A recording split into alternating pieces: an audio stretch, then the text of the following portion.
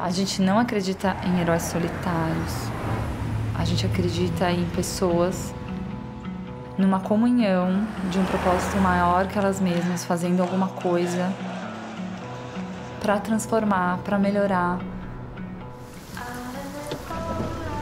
Nós somos privilegiados, somos absurdamente privilegiados perto da realidade do país. E é nosso dever fazer uma coisa para transformar o país. Eu acho que o jovem no Brasil não tem capacidade de escolher o que ele quer fazer. Ele não tem repertório, ele não tem conhecimento, ele não desenvolveu habilidades para que ele possa criar o trabalho dos sonhos que ele queira. Então ele tem que se sujeitar.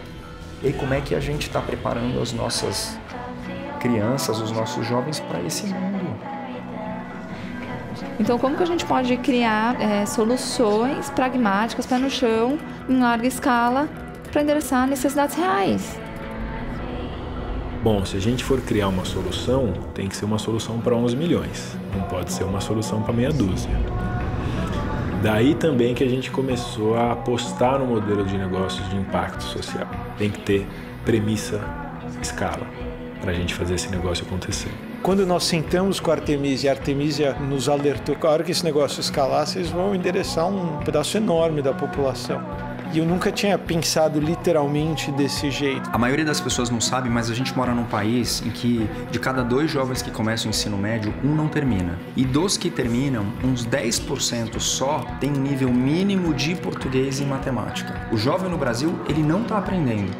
Quando a gente começou a Artemisia de negócios de impacto, a gente começou primeiro com muitas perguntas, mas sem nenhum preconceito ou ideia pré-concebida, sem maniqueísmo.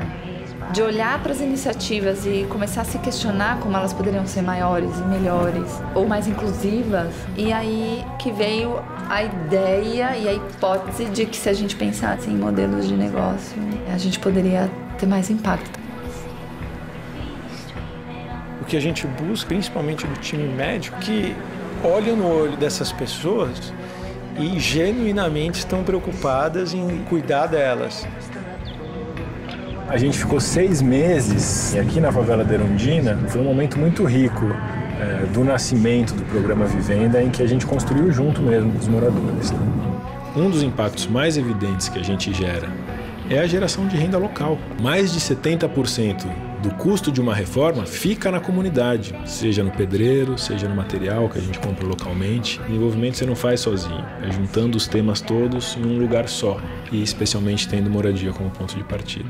A GIC é uma forma de ajudar a resolver um dos principais problemas do país, que é esse acesso desigual a uma educação de qualidade. Nossas clínicas estão dentro das estações de metrô e isso traz uma grande facilidade de acesso, né, para baixar renda, ter serviços de qualidade. Para mim é inconcebível viver num país com tanta disparidade. Eu não vou estar bem se outra pessoa não está bem, é uma interdependência. E é nosso dever fazer uma coisa para transformar o país. Não é nenhuma outra questão, é apenas um dever. A gente não muda o país, sabe, se não for assim.